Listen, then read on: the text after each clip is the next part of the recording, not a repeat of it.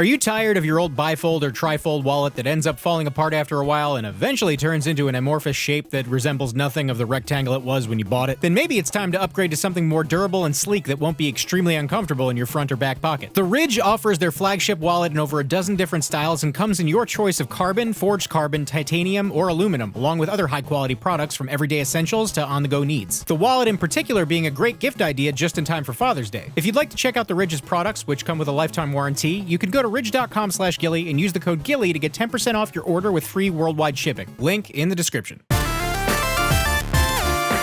Review code provided by Dangan Entertainment. I haven't done one of these types of videos in a while, but hey, hi there, what's up? For those new or unaware, this is just a little video series, if you will, if you can even call it that, where I just talk about a game or something, or a topic, or whatever. So as most people probably know, fans of the Paper Mario series have been very disappointed for quite a long time now. They haven't really been satisfied since Paper Mario The Thousand Year Door, which came out on the GameCube. Suffice it to say, it's been a little while. Most people collectively agree that Sticker Star was an abomination. A lot of people actually like Color Splash. Apparently that game was pretty good. I never finished it. The last game that was most like the old Paper Mario games that came out was Super Paper Mario, and mechanically it was a completely different game. The newest entry in the series comes out on the Switch next month, and rightfully so, a lot of people are cautiously optimistic, but others are still pretty pessimistic about it. I myself don't genuinely know how I feel. I'm pretty excited for the game to come out, but I do acknowledge the fact that it might still be something that we're not really looking for. Or at the very least, it won't satisfy everyone's expectations. Well, back in November, I found out about a game that came out on PC that was very much like Paper Mario, so I immediately messaged the devs and they sent me a key for the game. It felt just like Paper Mario and looked a lot like it too. I was pretty hooked pretty quickly, but I had a lot of stuff going on at the time and I really don't like playing games on PC if I don't have to, so I kinda fell off. I found out it was coming out for Switch, so I waited. Well, the game is finally out on all console platforms, and let me tell you, it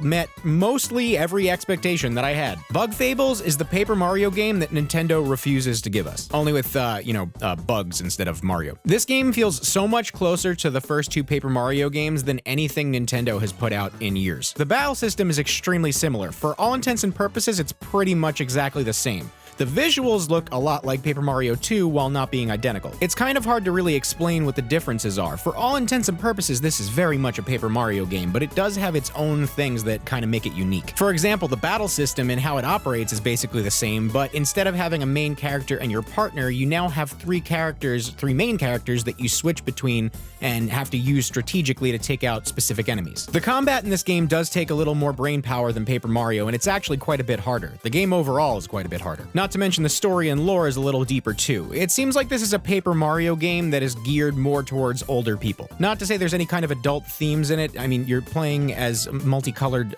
cartoon bugs, but they just made it so that the game is a little more challenging for adults. As far as the story goes, you actually do see some character development among the main characters as opposed to, playing as Mario and he doesn't talk the whole time. Not that I didn't like that. I love Paper Mario, but it was just kind of cool to see your three main characters progress as characters over the course of the game. I think my only gripe with the game overall is that I really would have liked to see a little more varying set pieces and areas. Not to say there isn't any variation, but I wish there was more. I'm actually surprised though at how much content they managed to pack in, especially for an indie game. It's just as long and just as engaging and packed with stuff as a regular Paper Mario game is. Also, the music is really good. Not every track is amazing, but overall it really does invoke the same Paper Mario kind of style and feeling, so it's exactly what you would expect if you're a fan of Paper Mario. I think my favorite thing about this game is just how on the nose it is about what it's trying to be. Like, don't get me wrong, the story is trying to do its own thing. The game does have merit as an original game, and they do throw in a lot of original ideas, but Bug Fables isn't afraid to go, look, you guys want Paper Mario? Well, Nintendo's not doing it, so let's just do it. And apparently it must have worked because it's getting amazing reviews across the board. I know it's easy to look at something like this and write it off as a cheap knockoff, but you need to understand that the reason a game like this could even exist is because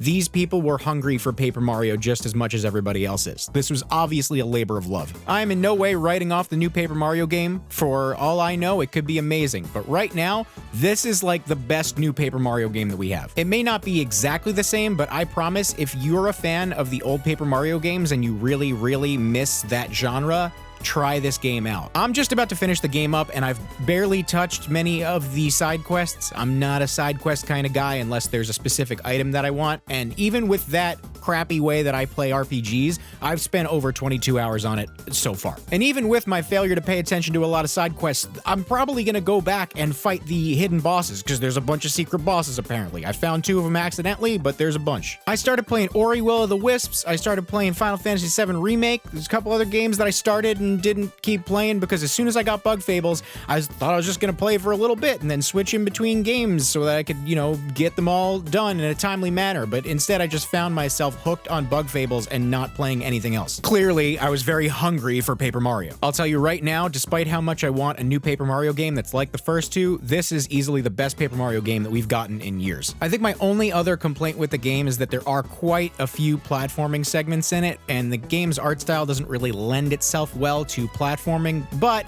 it doesn't really matter because even if you mess up, you just respawn on platforms and it doesn't take anything away from your health, so it's really not too big of a deal. It's just more of an annoyance than anything. It really doesn't make the game less enjoyable, at least in my opinion. It could be different for you. I don't think it's that big of a deal, it just doesn't do the game any favors. It's surprising that a game like this actually did what it set out to do, and it was just as engaging as I would have ever hoped it would be. Not only is this the best Paper Mario game to come out in years, but it's one of my favorite RPGs that I've played in quite a while. I haven't had this much fun playing an RPG since probably either of the South Park games, which were also very good in their own right, and the first one was a lot like Paper Mario. Anyway, I've rambled on long enough. There isn't really anything I can say that this gameplay right now isn't already telling you. If you're watching this video, chances are you're probably a Paper Mario fan, and if you're looking at this footage, you're probably seeing it and going, hey, it looks just like Paper Mario. Well, this game is just like Paper Mario, and it's very good, and it's definitely worth your time. Despite how much I liked it when I first started playing it, it was hard for me to do a video or recommend it because it was PC exclusive, but now it's on every console, and a lot of people have the Switch. The game is only like 25 bucks, and that's a steal for what this is. If you've been begging for a Paper Mario game that's like the first 2, Moonsprout Games has come to the rescue. Bug Fables is incredible, and I can't recommend it enough to Paper Mario fans or just fans of RPGs in general. Get this game. If I didn't convince you enough, even Arlo loves it, and he is YouTube's resident disappointed Paper Mario fan.